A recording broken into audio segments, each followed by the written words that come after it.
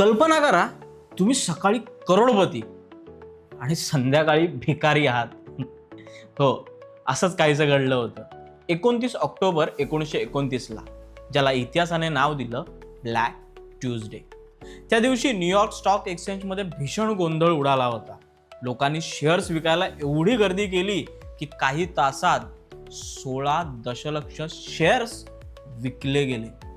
शेअरचे दर कोसळले, बँका बंद पडल्या, हजारो लोकांनी आपल्या डोळ्यासमोर आपली संपत्ती गमावली.